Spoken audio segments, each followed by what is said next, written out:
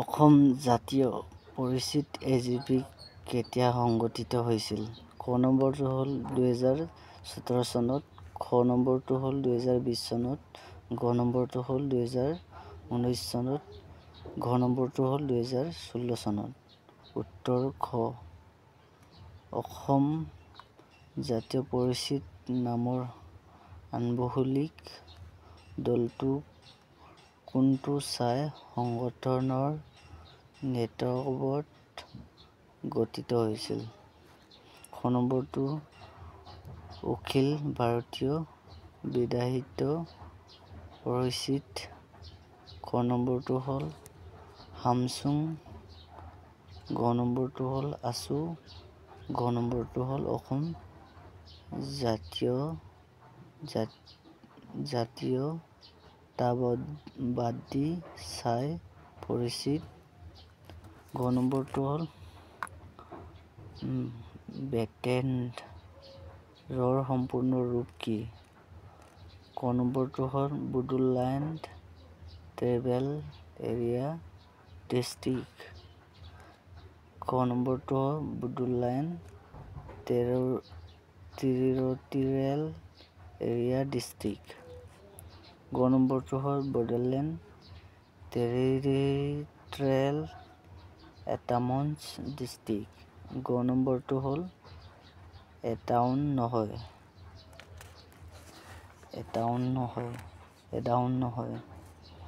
ৰ নম্বৰটো হ'ল খ। ব্ৰিটিছ চহী কিমান চনত স্বাক্ষৰিত হৈছিল?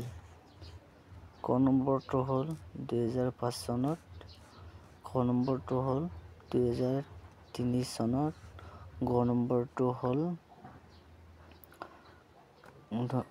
2009 চনত, ঘ নম্বৰটো হ'ল 2020 চনত। উত্তৰ খ।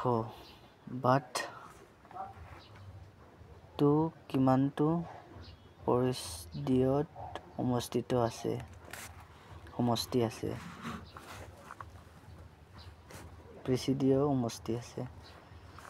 খ নম্বৰটো হ'ল 56টা, খ নম্বৰটো হ'ল 40টা, ঘ নম্বৰটো হ'ল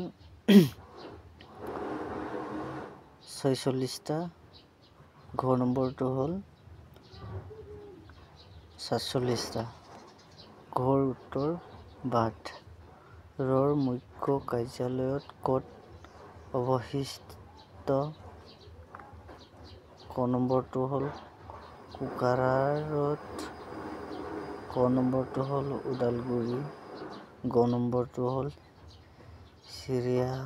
চিৰাখণ্ড, ঘ নম্বৰটো হ'ল বৰমাত। উত্তৰ ক।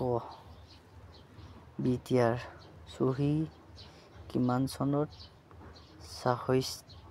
স্বাক্ষৰিত হৈছিল? 2020 চনত, খ নম্বৰটো 2019 চনত, ঘ নম্বৰটো হ'ল 2017 চনত, ঘ নম্বৰটো হ'ল 2006 চনত। উত্তৰ খ নম্বৰ। অসম জাতীয় বৌদ্ধ চহী কেতিয়া স্বাক্ষৰিত হৈছিল? 2005 চনত, 2009 চনত, ঘ নম্বৰটো হ'ল 2018 চনত, ঘ নম্বৰটো হ'ল 2020 চনত। আহোম ৰাজত্বত কাল কিমান বছৰ আছিল? খ নম্বৰটো হ'ল 600 বছৰ, খ নম্বৰটো হ'ল 300 বছৰ, গ নম্বৰটো হ'ল 500 বছৰ, ঘ নম্বৰটো হ'ল 200 বছৰ। উত্তৰ ক। অসমে ৰাজ্য হিচাপে কিমান চনত প্ৰতিষ্ঠা লাভ কৰে?